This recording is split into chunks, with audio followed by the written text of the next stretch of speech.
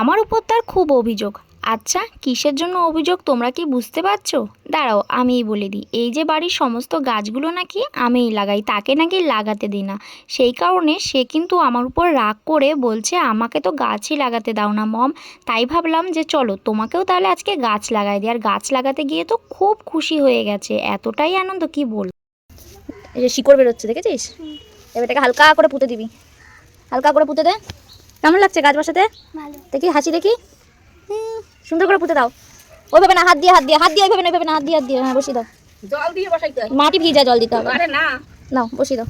তো দেখতেই পেলে ও কিন্তু খুব খুশি হয়ে গেছে। আসলে আমরা যখন বড়রা কোনো কাজ করি আর সেই কাজগুলো যখন বাচ্চারা দেখে না, তারাও কিন্তু খুব ভালোবেসে ফেলে সেই কাজকে। তো সেই কারণে ও কিন্তু আজকে অনেক ভালোবেসে ফেলেছে আর গাছকে কিন্তু ও এখন খুব যত্ন করে। তো যাই হোক, এইদিকে দেখো আমি কিন্তু এইটা খুলে দিচ্ছিলাম, যেহেতু আমাদের বাড়ি মুরগি আছে, গাছ তো খেয়ে নেয়, সেই কারণে এটাকে খুলে দিচ্ছি যাতে দেখতে সুন্দর লাগে আর গাছে রোদ পড়ে।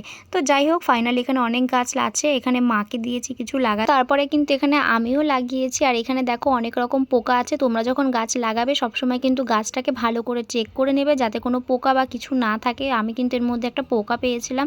তো যাই হোক, এদিকে দেখো মাকে দিয়েছি, মা কিন্তু গাছগুলোকে লাগিয়ে ফেলেছে। আর এই হচ্ছে ডালিয়া গাছ, এগুলো কিন্তু আমি ছাদে লাগাবো বলে রেখে দিয়েছি। জানো তো এখন না সেই গাছে কিন্তু অনেক ফুলও এসে গেছে। আর তারপরে দেখো ও বলছে একটা ডালিয়া গাছ লাগাবে, সেই কারণে ওকে আবার একটা ডালিয়া গাছে দিয়ে দিলাম লাগানোর জন্য। আর হ্যাঁ, আমার ভিডিওগুলো কেমন লাগছে জানিও। দেখা হচ্ছে নেক্সট ভিডিওতে। হ্যাঁ, ফলো করতে কিন্তু ভুলো না। টাটা।